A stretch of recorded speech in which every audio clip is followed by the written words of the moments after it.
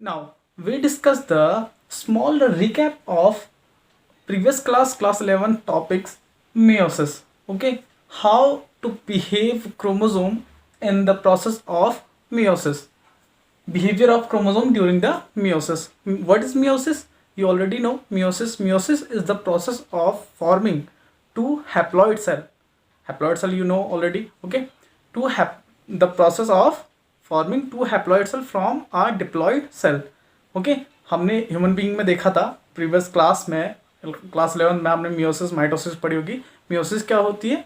Meiosis it is a process of forming two haploid cell from a diploid cell. मतलब जहाँ पे gamete formation होते हैं, हमारे दो गैमेट फॉर्म होते हैं, स्पर्म सेल और क्या ओवम सेल. ओके तो उस प्रोसेस को क्या बोलते हैं? मियोसिस बोलते हैं. नाउ बात करते हैं क्रोमोसोम के बिहेवियर के बारे में. मियोसिस में क्रोमोसोम का कैसा बिहेवियर होता है? Okay specialized type of cell division which reduce chromosome number by half. Okay, process diploid cell 2nc show करते हैं full number of chromosome. Okay full number of chromosome से दो हैप्लॉइड सेल फॉर्म होते हैं, half number of chromosome and half number of another half number of chromosome and two haploid cell. Okay forming a diploid cell. तो specialized type of cell division, specialized type of cell division होता है जो body में कहाँ पे होता है? Germ cell में होता है. Which reduce chromosome number by half. Chromosome number diploid से फुल नंबर से क्या हो गए? हाफ हो गए दो डॉटर सेल में, हैप्लॉइड सेल में. Occur during gametogenesis in plant and animal cell. कहाँ पे देखने को मिलता है? प्लांट्स में भी और एनिमल्स में भी गैमेटोजेनेसिस हमें देखने को मिलता है. फ्लावरिंग प्लांट में, फ्लावर में, कहाँ पे? एंथर पे और ओवरी पे.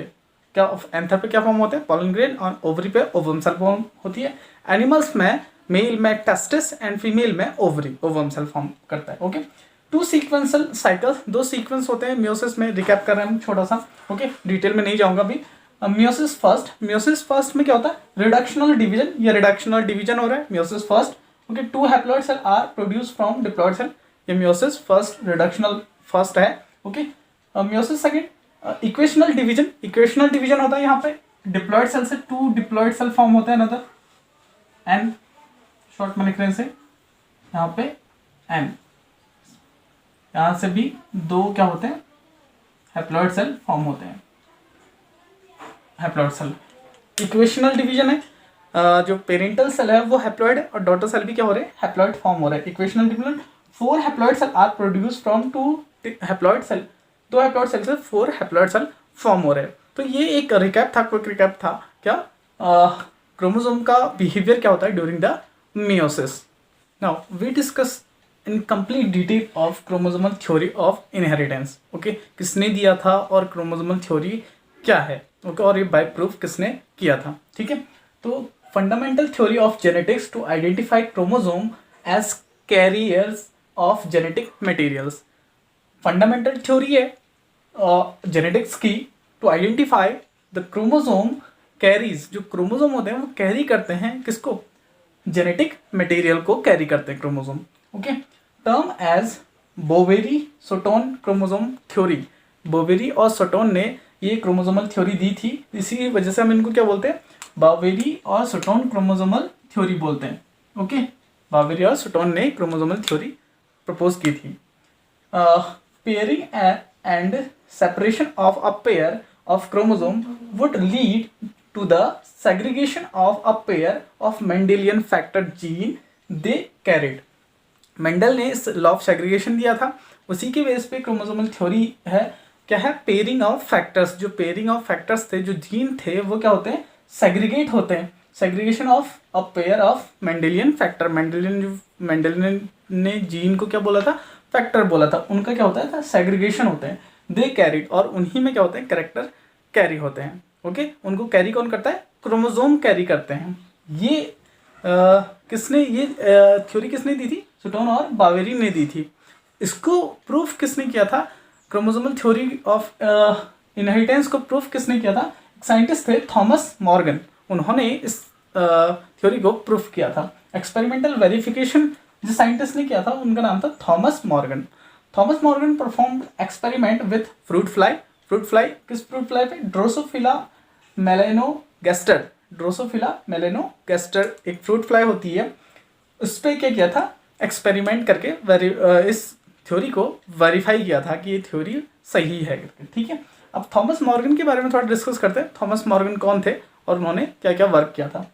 फादर ऑफ एक्सपेरिमेंटल जेनेटिक्स, इन्हें हम फादर ऑफ एक्सपेरिमेंटल जेनेटिक्स बोलते हैं क्योंकि जेनेटिक्स को इन्होंने बाय प्रूफ एक्सपेरिमेंट करके प्रूफ करके शो किया था, दिखाया था।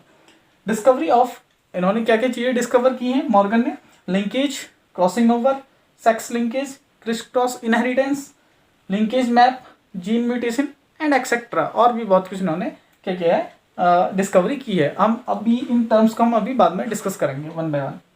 Propose chromosome theory of linkage, इन्होंने प्रपोज किए क्रोमोसोम थ्योरी ऑफ लिंकेज को, and often called the flyman of genetics. इनको हम क्या बोलते हैं, इनको क्या बोला जाता है?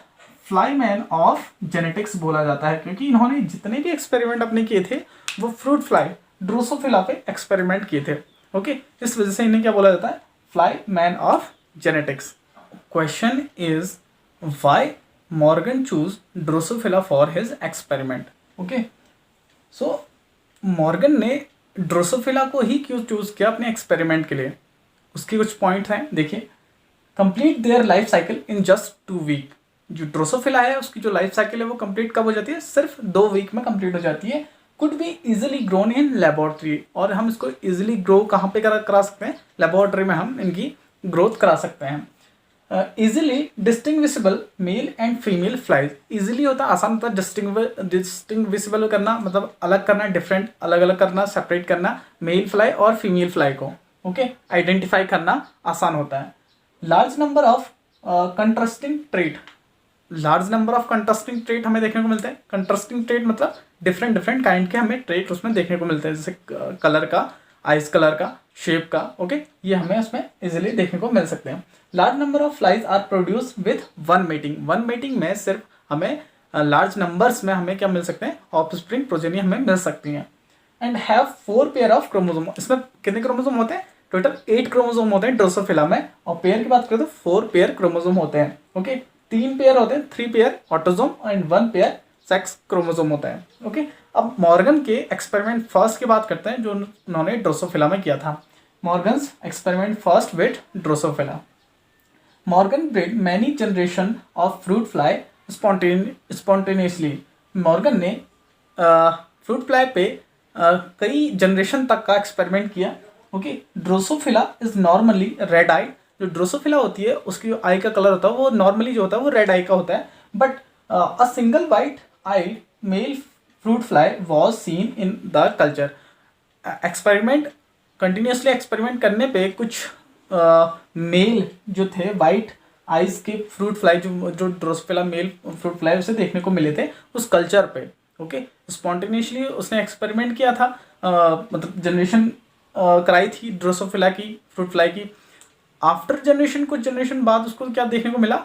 उस कल्चर में एक वाइट आइज कलर का मेल फ्रूट फ्लाई उसे देखने को मिला। ओके, फिर उसने क्या किया? Crossed white eye male, white eye colour male को with red eye female, red eye colour वाले फीमेल ड्रोसोफिला के साथ में क्रॉस करा दिया।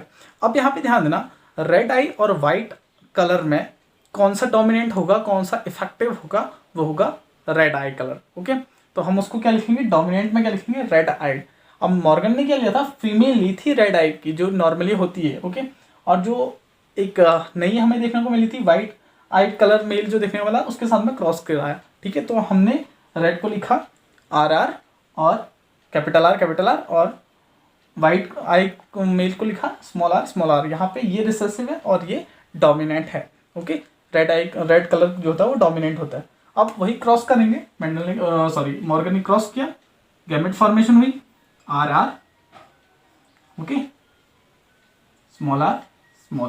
F1 जनरेशन में सारे के सारे क्या देखने को मिले? Capital R, small R. All जो थे, जो सारे के सारे थे वो क्या थे? ऑल रेड आई फ्लाइज, सारे के सारे रेड आई फ्लाइज थे। ओके, फिर उसने क्या किया?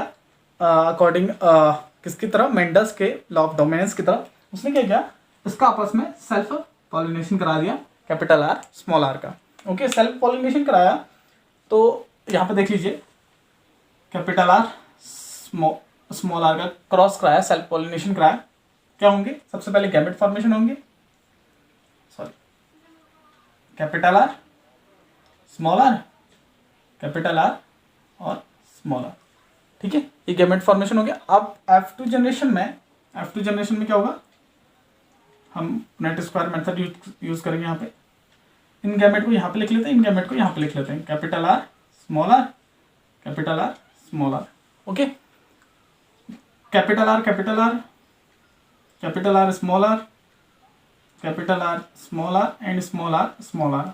मेंडल की ही तरह जो मेंडल ने बोला था 3:1, वही रेशियो मॉर्गन का भी यहाँ पे देखने को मिला। जो 3 थे वो क्या थे? Are capital R capital R capital are, ये क्या थे? रेड आई कलर को शो कर रहे थे, और जो 1 था वो क्या शो कर रहा था? स्मॉल आर वाइट कलर को शो कर रहा था। तो 3:1 का रेशियो मॉर्गन को यहाँ पे देखने को मिला था F2 जनरेशन में।